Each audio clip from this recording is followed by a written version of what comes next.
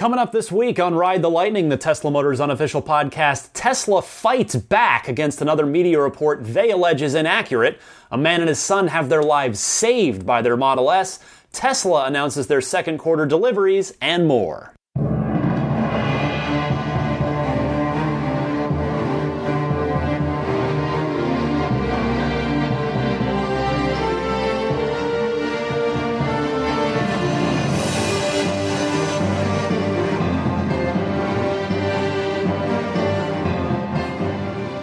What's happening, friends? Welcome to Ride the Lightning, the Tesla Motors unofficial podcast, episode 49 for July 10th, 2016. My name's Ryan McCaffrey. Good to be with you once again. It is another Sunday, or whatever day you happen to be listening.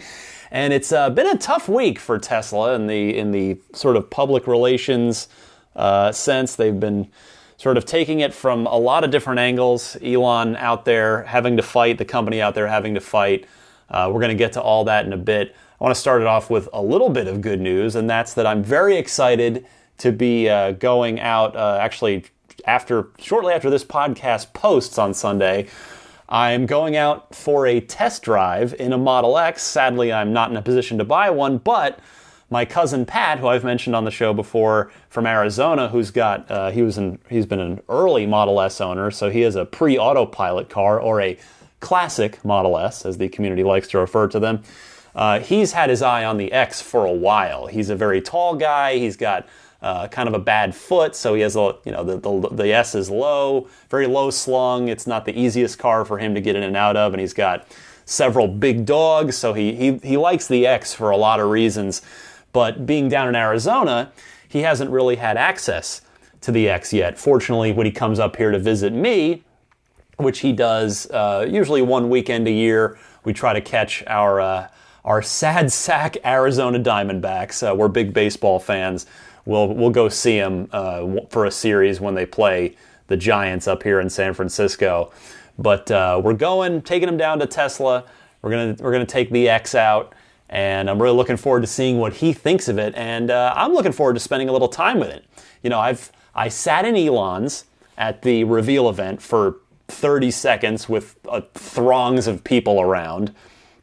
I got to sit in one a little bit for a couple minutes at the Model 3 reveal event. And then if you go back to the shows over the holidays in December of 2015, I had told the story about how I randomly ran into a Founder Series car while out walking my dog. And the guy was super nice and let me hop in the car for a minute and actually let me pull it out of his driveway. So I have seen the X, I've been in a little bit, but I haven't really spent any notable time in it, let alone behind the wheel. I don't even know if I'll get to drive or if it's just going to be my cousin Pat, but I'm just happy. I'll probably sit in the second row just so I can go in and out of the Falcon Wing doors, but really looking forward to that. That should be a fun time no matter what. So that's going to be my big Tesla activity for the week. I will say, I'm pretty sure a lot of you are on vacation this week, which I noticed that the traffic in San Francisco was very clear, which never happens this past week, because there were nowhere near the usual amount of calls in the Ride the Lightning hotline. So I want to put out the call to all of you to please go ahead and call in if you want to react to all this Fortune magazine stuff we're going to talk about this week.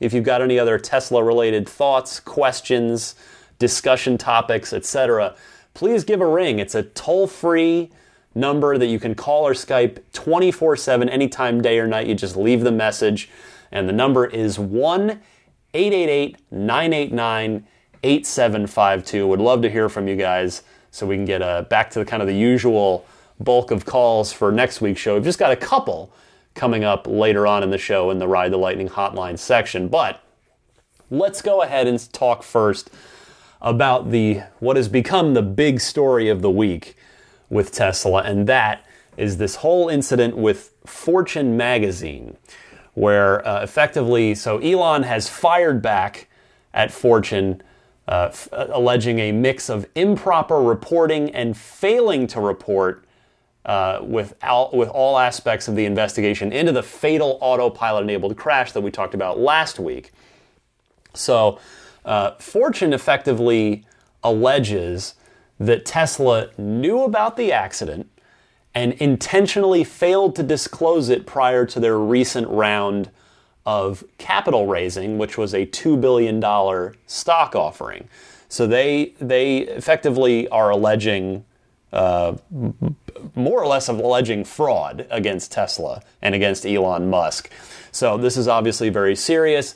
It prompted Elon and the team to post a blog in response, which is, of course, it's titled Misfortune. And I want to just read you a few snippets from this before commenting on it, in case you haven't read the whole thing. The whole thing is up on teslamotors.com. But so this is from Tesla's response. Again, responding to the allegation that Tesla knew about the autopilot-enabled fatal crash that we discussed last week, and that they intentionally failed to disclose it in order to maximize financial gain on that stock offering. And so Tesla's blog, here are a few snippets. First, Fortune's article is fundamentally incorrect. Skipping ahead. Fortune entirely ignores what Tesla knew and when, nor have they even asked the questions. Instead, they simply assumed that Tesla had complete information from the moment this accident occurred.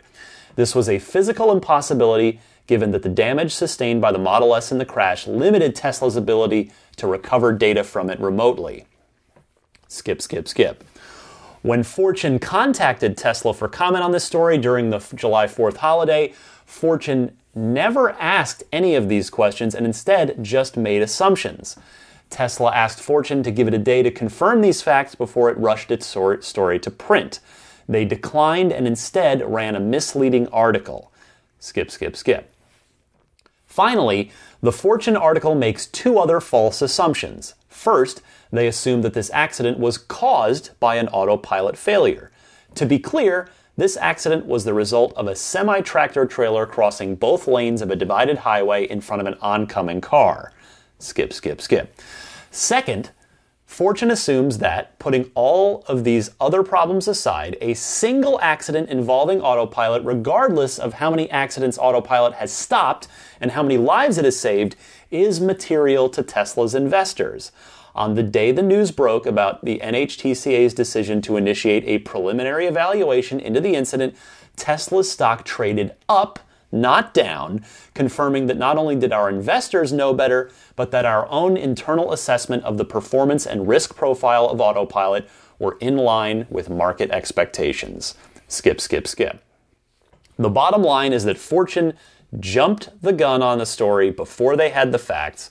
They then sought wrongly to defend that position by plucking boilerplate language from SEC filings that have no bearing on what happened while failing to correct or acknowledge their original omissions and errors.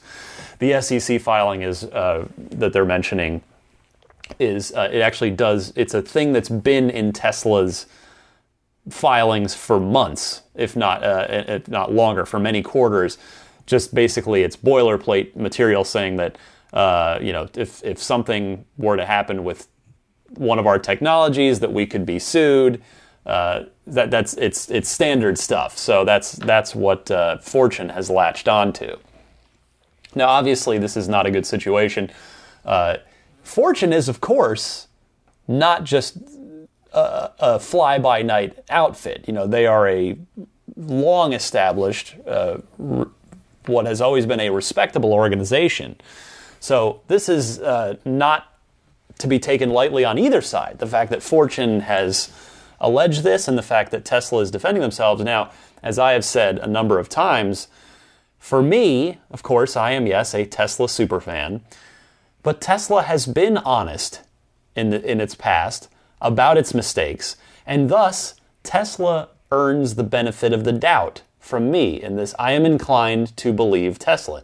Do I know for certain? No, nobody knows at this point for certain who is telling the whole truth. However, again, Elon and Tesla, Elon in particular, has never, if you look back, Elon Musk is a billionaire, but if you look back at his actions and his words, both of them, not just words and not just actions, both his words and his actions, he has never been a person who has lied or cheated or scammed his way to where he is. He has consistently done things on the up and up at Tesla and certainly at SpaceX, which is, of course, a private company. They are not public at this time. So that is why history suggests to me that I give Tesla the benefit of the doubt. You may not. Fortune certainly does not. But this is not a great scenario for Tesla. Now, in the wake of this autopilot fatality, autopilot-enabled crash that was a fatality, many have called for autopilot to be renamed, saying that, yeah, okay, you have to agree to all these warnings in the user interface of the car before you can actually enable autopilot. But, well, autopilot implies that it's, that it drives itself and that you don't need to do anything. And Elon, as usual with him, countered simply with a very direct, straightforward reply. He tweeted, quote, "Tesla Autopilot is named after aircraft autopilot, as it is always expected that a pilot must stay alert." End quote. However, Elon did later imply that he would consider renaming autopilot. Later. Quote from Elon's Twitter, or rather from someone posing a question to Elon on Twitter. "Will you change the system's name when it becomes level 4 autonomous?" To which Elon replied, quote, "The Google term of self-driving would probably be more appropriate then." So there you go. Elon basically saying autopilot is totally properly named. It's not. Also, autopilot, it's marketing. Every car company has marketing. And a lot of times I'm not saying it's crap in this case at all. I'm with Elon. It is the aircraft definition. But look at, like I see on the back of Subarus, they like to badge them or put stickers in the window that say PZEV, partial zero emissions vehicle. Well, that's an utter, to me, PZEV is an utterly ridiculous marketing term. Partial zero emissions vehicle, that doesn't even make sense to me, because it's a car that has an exhaust pipe that puts out emissions. It's partial. That blows my mind, quite frankly. So, and the automotive industry is full of that kind of stuff. I got to say though, this is probably the least favorite episode of the show I've ever done, only because it's just this whole episode. I've got more. it's just battles. And Tesla's existence, and again, I want this show to be fun.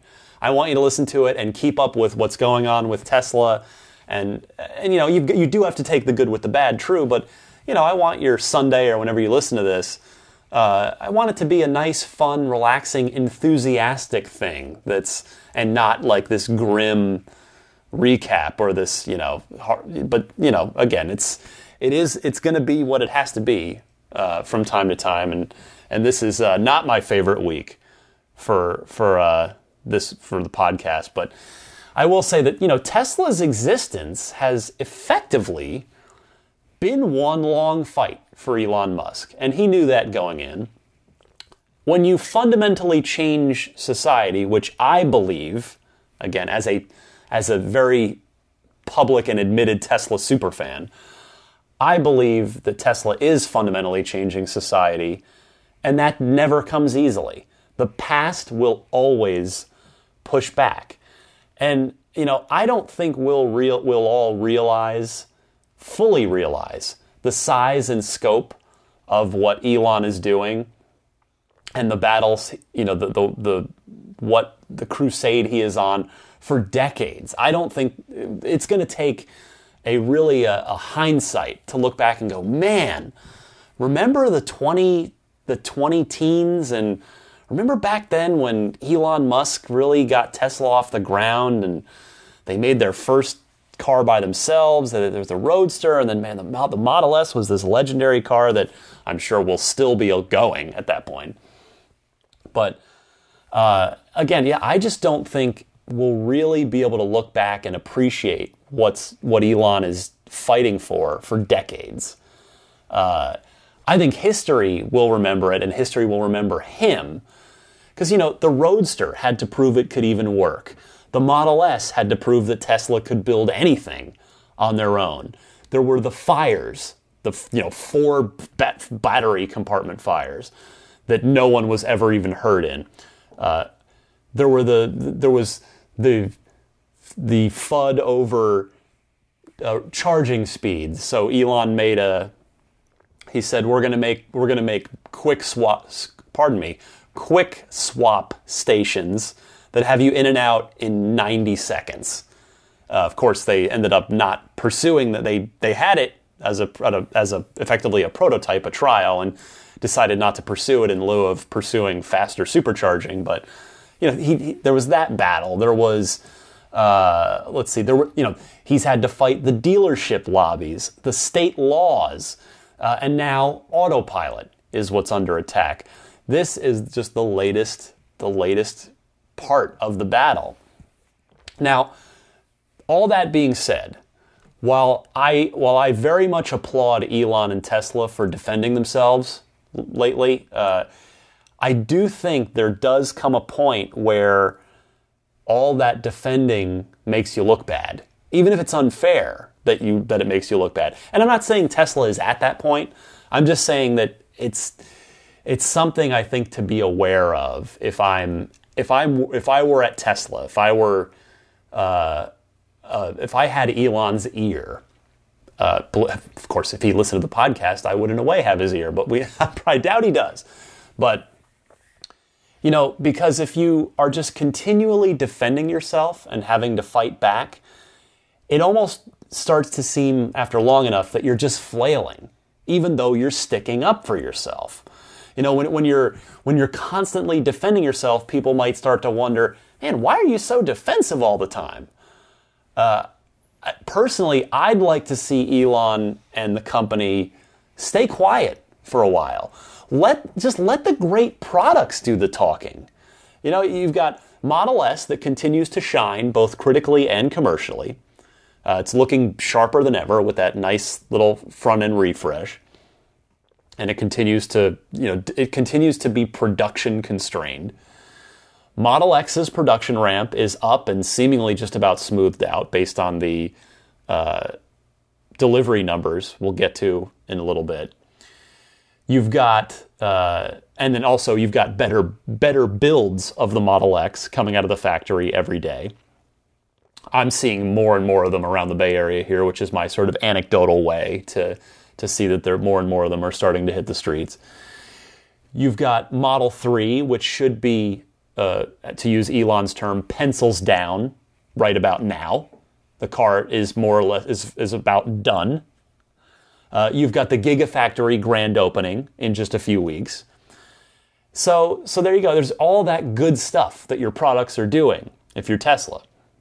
And I know that Elon has to walk a very difficult line of looking to the future while still managing the present.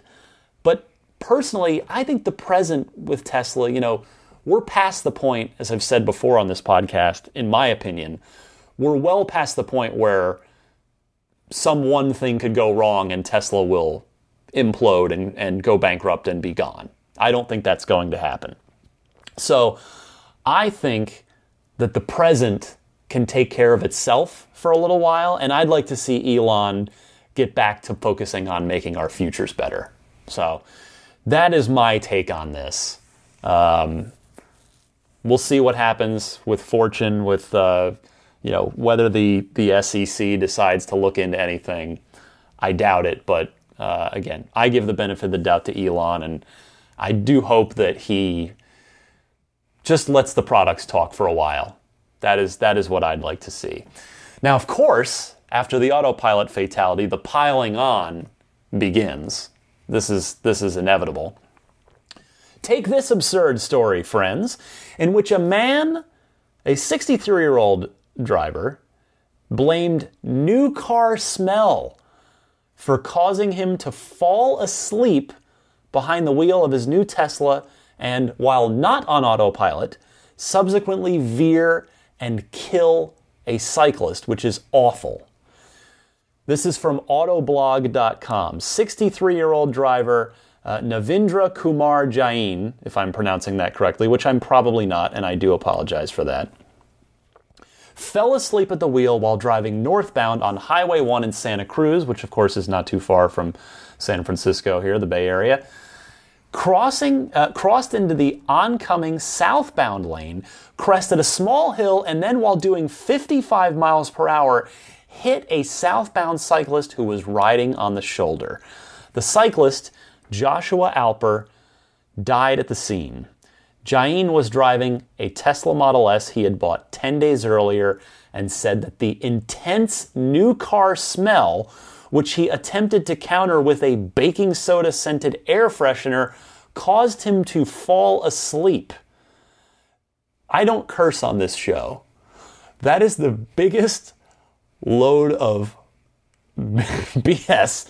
I have literally in my life never heard of new car smell causing anyone to ever lose consciousness for any reason. Also, sir, you have a window. Roll it down. You have a panoramic roof. Open it. This is unbelievable. Now, the accident happened back in November, and after a 3-month investigation, the Santa Cruz District Attorney has decided to charge Jain with misdemeanor vehicular manslaughter. Unfortunately, the cyclist's family is suing Jain. Well, that part's not unfortunate. That part's totally justified. But also suing Tesla by accusing the Model S of being, quote, defective and unreasonably dangerous when used in a normal, intended, and foreseeable manner, which is, again, utter horse poo. That is not... Good luck with that. I mean, I hope you sue the pants off of Jain, because that's an absolute tragedy. No one should have to lose a loved one from some idiot falling asleep in his car and blaming new car smell for it. You know, it's a tragic death. Unfortunately, the second one we've talked about involving a Tesla in as many shows. But the suing Tesla on the part of the family seems rather ridiculous. And again, for the driver, for Jain, this takes failing to take responsibility for your own actions to an absurd new low. A new low. You should be ashamed of yourself, as far as I'm concerned. Unbelievable. So that's a shame. I mean, a life lost, and a driver who is blaming the safest car in the world for that death. It's unbelievable. And then, unfortunately, we're not done, folks. There's this accident. A Model X in Pennsylvania on the Pennsylvania Turnpike managed to roll over after hitting a guardrail and the concrete median. The Tesla is investigating this. Oh, by the way, the driver, sorry, I had to back up a second. The driver claims that autopilot was on at the time of the crash. Tesla saying, quote, "We received an automated alert from this vehicle on July 1st indicating airbag deployment, but logs containing detailed information on the state of the vehicle controls at the time of the collision were never received. This is consistent with damage of the severity reported in the press," in other words, the rollover, "which can cause the antenna to fail. As we do with all crash events, we immediately reached out to the customer to confirm they were okay and offer support, but were unable to reach him. We have since attempted to contact the customer 3 times by phone without success. Based on the information we have now, based on the information we have now, we have no reason to believe that autopilot had anything to do with this accident." Now, while I'm happy to hear that the car's 2 occupants are okay, that's good news. We don't need any more people dying. I am willing to bet that we'll learn that autopilot was absolutely not on at the time of this crash. I suspect that this guy, this driver probably saw the autopilot crash in the news and said, "Oh, I've got an out here." I don't know. I guess I shouldn't say that because I don't know this. I don't know the driver. I don't know the facts, but it smells a little fishy to me. Tesla already saying that they have no indications, they have no reason to believe that autopilot was activated. So we'll see what becomes of this one. But by the way, rolling a Model X, that's kind of impressive. That's actually super impressive given the weight of the car, which is about 5,500 pounds, 5,000, 5,500, somewhere in there. And, no, 5,000, that's right, that's right. And the fact that the center of gravity, the weight of the car, the center of gravity is super low. It's in the floor. It's in the battery pan. So to roll an X, pretty impressive. And the driver walked away. So there you go. All right, let's move on to a couple more things. The news is going to get a little progressively better. We've got this next story and then finally some good news to end with. So, second quarter deliveries were announced by Tesla over the July 4th weekend, and they did miss their guidance, which of course Wall Street's never happy about. Tesla announced, quote, in total, 5,150 customer-ordered vehicles were still in transit at the end of the quarter and will be delivered in early Q3. That amount was higher than expected, and Tesla cites that there were just over 2,600 vehicles in transit to customers at the end of Q1, so this is double that.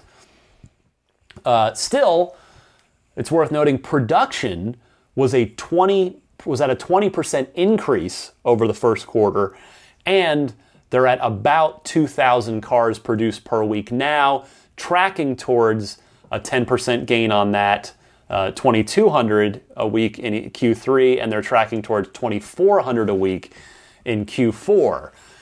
Quote from Tesla's announcement here, in total, Tesla expects to produce and deliver about 50,000 vehicles during the second half of 2016, in other words, Q3 and Q4, approximately equal to all of 2015. So that is good news there, that even though the deliveries were a bit down from their guidance, they appear to be pretty well right on track. The ramp's looking good. I just purely guessing here, I wonder, there's no deeper reason cited for why there were twice as many cars in transit at the end of this quarter as there were at the end of the last one.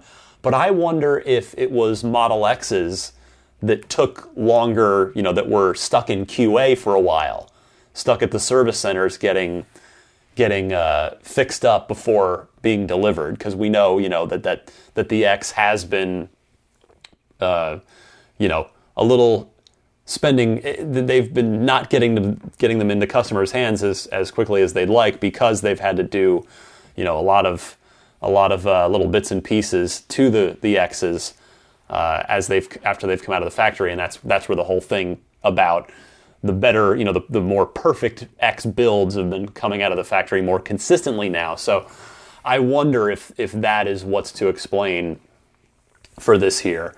The mix of cars, by the way, was about 2/3 S's to 1/3 X. Now, I do wonder if that ratio is going to continue to even out, because, of course, remember, at one point, before the X delivered, before the X was released, it was looking like the projection was it was going to be 50-50, that for every S there was an X, and that they anticipated the demand of the X as an SUV being, and SUVs being extraordinarily popular in America in particular, that the demand might be equal to that of the S. So I wonder if that 2/3, 1/3 mix is going to hold, or if it is going to even out a bit more over time as their production ramp continues to increase. All right, finally, on to some good news. Unfortunately, it involves another accident, but this one has a much happier ending to it. It doesn't involve any lawsuits, any deaths, any accusations. So a truck, this is over in Europe, in the Netherlands specifically, a truck hit a Model S at 80 miles per hour. It was being driven by a man and his 8-year-old son. The collision caused the S to roll over, possibly multiple times, which again, just like the X I mentioned a minute ago, not an easy thing to do, given again, I mean the S's center of gravity is even lower than the X's is. And again, all that weight in the floor, in that battery pan, that center of gravity. But the driver and his 8-year-old son, they not only lived, but they only sustained minor injuries for being struck at 80 miles per hour. And I did, by the way, that is 80 miles per hour, not kilometers per hour. I had already done the conversion. So it's the fact that they walked away with minor injuries is incredible after being crushed at 80 and potentially multiple rollovers. That's incredible. And by the way, if you look at the photos of this, which the photos of the accident, the crash scene, you can see shots of the car. I saw them on Electrek. If you look at the photos, the car is practically a pancake. It's absolutely amazing to not only survive such a high-speed impact, but to just walk away with bumps and bruises. That's incredible. And by the way, if you ever want to read some more amazing life-saving stories that involve Teslas, and you can read this is just a reported story. You can read first-hand accounts on Tesla's site.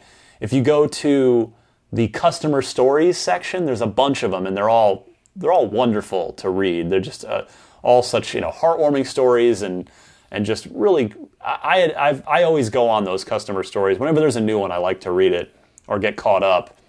If you're just on the Tesla homepage, click on updates at the top, and then you'll see near the top again, you'll see some more clickable spots, including customer stories. So just take a look at that if you want to read some more.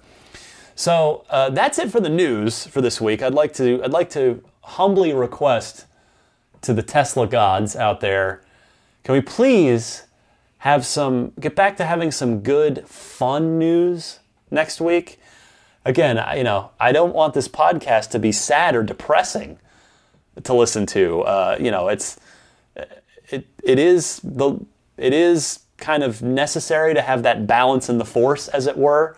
It can't all be all rah-rah enthusiasm all the time, or else that starts to ring hollow. You do need that balance of both the good and the bad. But boy, after this week, I'm ready to get back to some fun, enthusiastic, good news. So hopefully we'll see if the Tesla gods oblige me.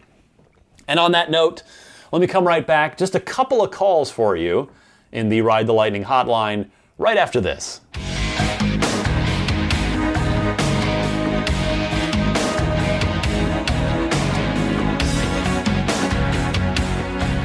Welcome once again to the Ride the Lightning hotline. Again, definitely need to be restocked on the hotline. Would love to hear from you.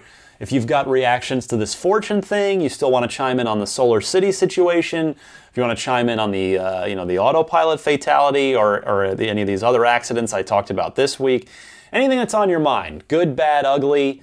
If it's intelligent discussion, I would absolutely love to hear it. That's part of what this podcast is for. That's what the hotline is for, is to get you guys involved. And I think that's a very valuable thing for this podcast. So I've got 2 calls and actually an email for someone that just wanted to write in rather than call in. But before we do that, I remind you, the Ride the Lightning hotline is kindly provided by lifeonrecord.com. And I will read you their plug now. You probably know it by heart. If you've got a question, comment, or discussion topic for the podcast, call me up. The number, is 1-888-989-8752. That's a toll-free call or Skype 1-888-989-8752. And if you know someone special with an upcoming birthday, anniversary, graduation, or some other special occasion, you can give them a unique gift of recorded voices from friends and family telling them why they're special. The recordings can be podcasted or put onto a keepsake. If you're curious to learn more, visit lifeonrecord.com. First up, I'll do the letter, which is from Mitch up in Marin County, not too far from me here. He wrote in response to the proposed Solar City acquisition on Tesla's part, saying, quote, "So in my opinion, all of the people posting that this is a lousy deal could be correct, but I think it makes a lot more sense to bet on Elon, based both on his track record and the fact that he knows much more about the reasons for doing this acquisition than any of his critics."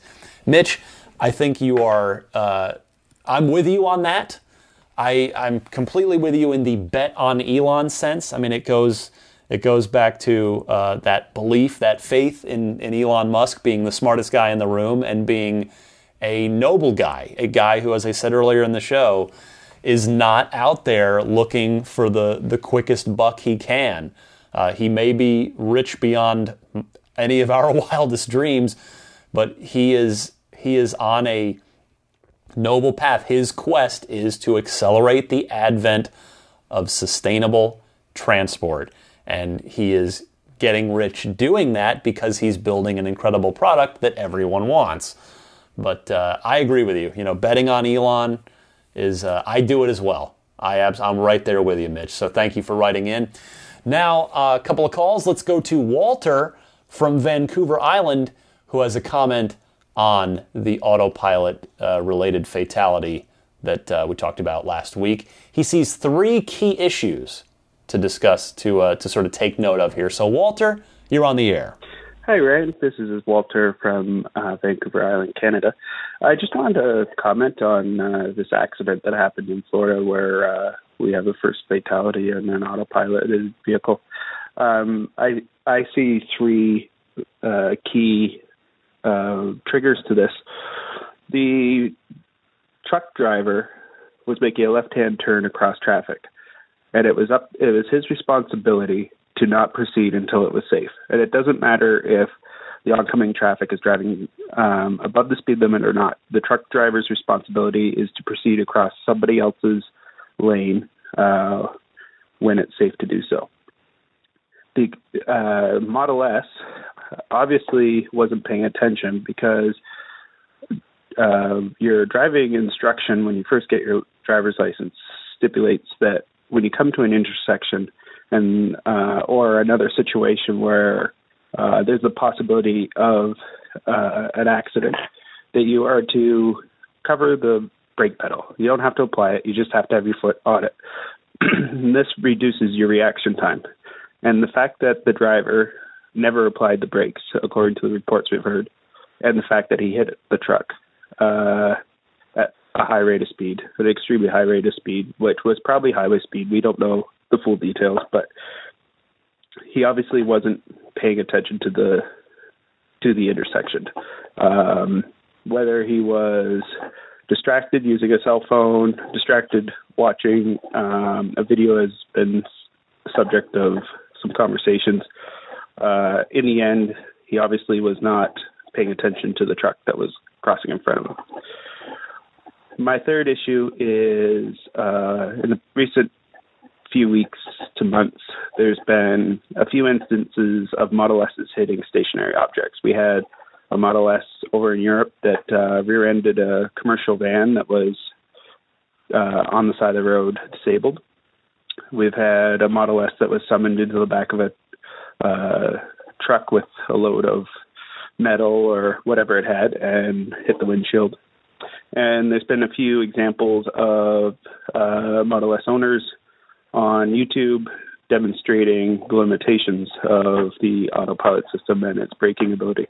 And it keeps coming back to everyone saying that in the owner's manual, it stipulates that the driver must be in control, the driver must brake, the car is not designed to emergency stop in certain situations. And I feel like Tesla should have had this as a top priority in software updates, that they may have brushed it off with that clause in the owner's manual in this instance.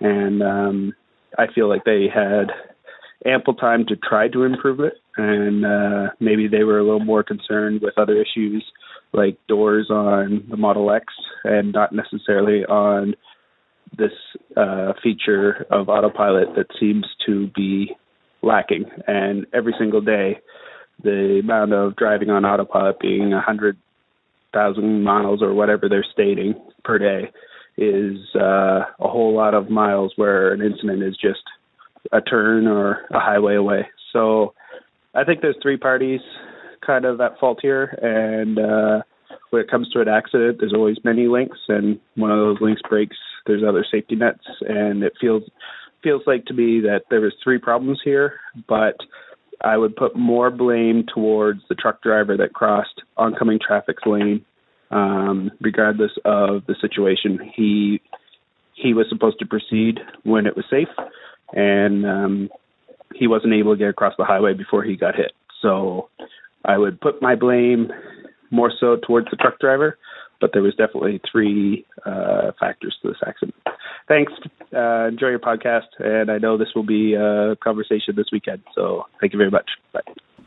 Thank you for your detailed comments there, Walter. I agree with a lot of what you said. One thing to add that actually may have taken place since you left your voicemail, the Florida police now say that the laptop and portable DVD player found in the car, you remember that the truck driver, when he came over, claimed that the driver was watching Harry Potter, though he admitted he did not see the film running on the portable DVD player. He claims that he heard it.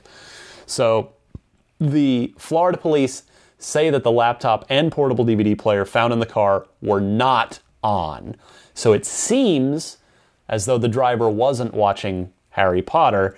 Now, it's still very possible he could have been speeding, and the truck driver seems to be very much, there's a very good chance he's very in the wrong here, which, Walter, you mentioned. So this continues to unfold, but there's one little extra detail that is a relevant and important detail about that portable DVD player. And next, I want to go to Jim in Chicago, who calls in regarding the disappearing California state EV rebate that I mentioned one or two shows back. So, Jim, go ahead. Hi, Ryan. This is Jim in Chicago calling about the recent news about the rebate going away in California. I can definitely say that I feel your pain.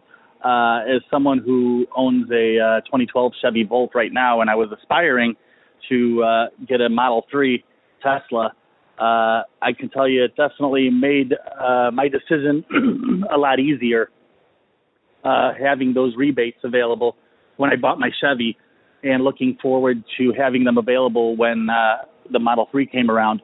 Unfortunately, I think it's going to have a bit of a chilling effect unless our governments, federal and local, double down on the purchase of electric vehicles. The $7,500 rebate or tax incentive from the federal government, that definitely makes a big difference for someone looking to purchase a Model 3. And if you're not in those first 200,000, you're not going to have that available unless that's extended. So hopefully that gets extended. And like I said, in Illinois last year, we had something similar where we had a very generous rebate of 10% of the vehicle's cost up to $40,000. So anything over 40 would have been a $4,000 rebate, which definitely would have made a huge difference in purchasing a Model 3.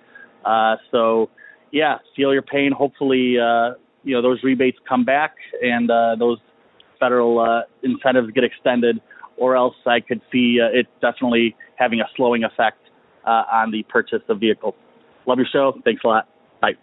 Well, Jim, just to be clear, this is a California state rebate, and not applicable everywhere, obviously. But fortunately, the governor, I think I mentioned at the time I did the story, the governor has expressed, Jerry Brown has expressed an interest in renewing this rebate. So all is not lost for California just yet. But if I were you, I think the smart play, the smart financial planning play with regard to your Model 3 and my Model 3, at least, let's put it this way, the way I'm looking at it, I won't pretend to know what's best for anybody else, but I am planning for these incentives to not be there when I buy my Model 3. If I get the federal rebate, great. That'll be amazing, and that will probably enable me to get some more options on the car. But I'm also not planning on the California $2,500 rebate being there, because currently it's not there. I would love for it to be there, because that would be a total of $10,000 back for me being here in California if I can get both, which would be just huge. That's a transformative amount of money with regard to for anything, but certainly for my Model 3 purchase. But it's possible that I might get zero back. I know that is totally in play. This is between $0 and $10,000, or could be somewhere in between. But that's the way I'm looking at it, is just not expecting any of these incentives to be there. And if I get anything, I'm looking at it as a bonus. Thank you to the callers this week, to Walter, to Jim, and for Mitch up in Marin County for writing in. Again, give me a ring anytime with whatever Tesla thought is on your mind. Try to keep it to about a minute and a half tops. That's what makes the show flow best. And that toll-free number, again, you can call or Skype. The number is 1-888-989-8752. Be right back to wrap things up for you right after this.